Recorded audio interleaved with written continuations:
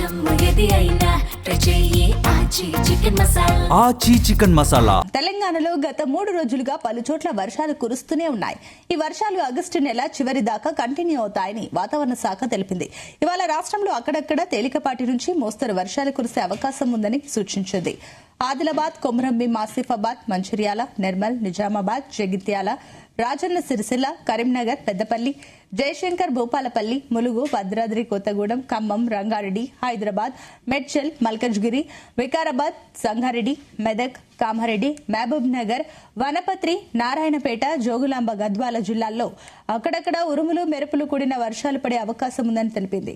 ఆయా జిల్లాలకు వాతావరణ శాఖ ఎల్లో అలర్ట్ జారీ చేసింది. గంటకు 30 నుంచి 40 కిలోమీటర్ల వేగంతో ఈదురుగాలులు వీచే అవకాశం కూడా ఉందని తెలిపింది.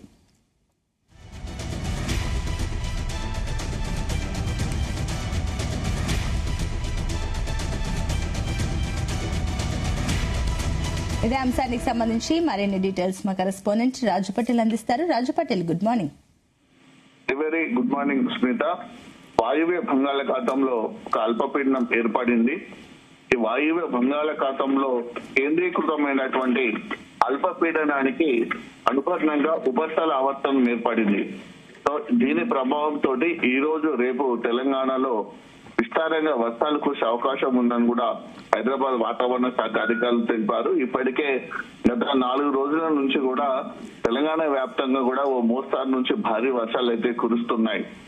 చాలా మేఘావృతమైనటువంటి వాతావరణము, చల్లటి వాతావరణం అయితే తెలంగాణ వ్యాప్తంగా కనిపిస్తుంది. వర్షం అయితే పడుతుంది కానీ అనుకున్నంత స్థాయిలో భారీగా మాత్రం వర్షం నమోదు కావడం లేదు. కురుస్తున్నటువంటి వర్షాలతోటి కూడా వరదలు కూడా ఎక్కువగా రాకుండా ఉన్నటువంటి సిచ్యువేషన్ అయితే కనిపిస్తుంది.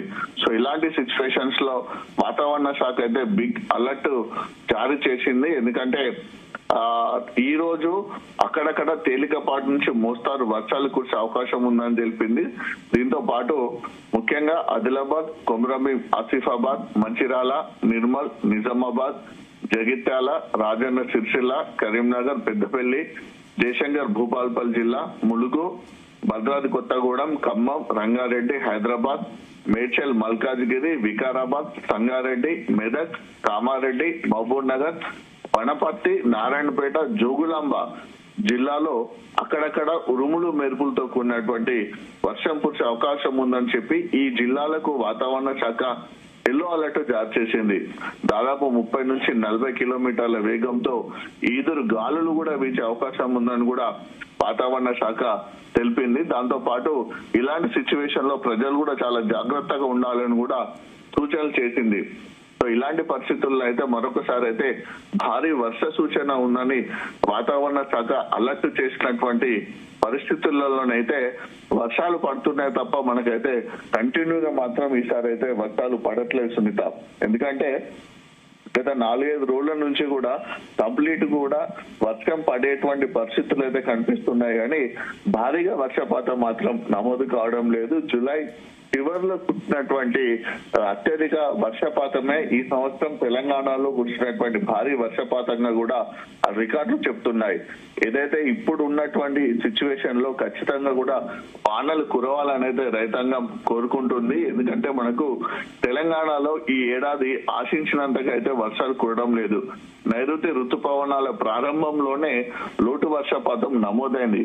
అసలు నైరుతి రుతుపవనాలు రాకనే ఈసారి ఆలస్యమైంది. ఎప్పుడు కానీ మే 26, 28 మే చివరి వారంలో రావాల్సినటువంటి నైరుతి రుతుపవనాలు జూన్ మొదటి వారంలో జూన్ 6న ఈసారి తెలంగాణలోకి ఎంటర్ అయ్యాయి. సో ఎంటర్ అయినటువంటి నైరుతి రుతుపవనాలు చురుగ్గా కదిలి వేగంగా కదిలి భారీగా వర్షాలు కురిపిస్తాయి అనుకుంటే ఎల్నినో ఎఫెక్ట్ తోటి నైరుతి రుతుపవనాల యొక్క కదలిక అనేది చాలా వరకు తగ్గిపోయి భారీగా వర్షాలు పడలేదు. సో అలాంటి పరిస్థితులలో జూన్ లో కానీ జూలై నెలలో కూడా లోటు వర్షపాతం నమోదైంది. ఆగస్టులో అయితే 40% మేర లోటు వర్షపాతం నమోదైంది.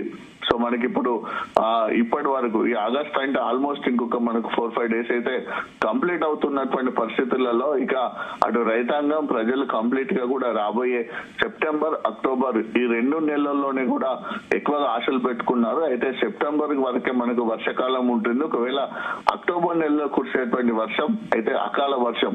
ఎందుకంటే అక్టోబర్ లో చాలా వరకు పంటలు మళ్ళీ పంట దిగుబడికి వచ్చి నుంచి పంట కోతకు వచ్చి చేతికి వచ్చేటువంటి సమయం. ఆ సమయంలో వర్షం పడితే పంటలకు నష్టం జరుగుతుంది, రైతులకు కూడా తీవ్రమైనటువంటి ఆర్థిక నష్టం జరుగుతుంది. సో అప్పుడు కురుస్తున్నటువంటి వర్షాలు పంటలకు నష్టాన్ని కలిగించే వర్షాలే. కానీ ఇప్పుడు పడేటువంటి వర్షాలు మాత్రం పంటలకు ప్రాణాలు పోసే వర్షాలు.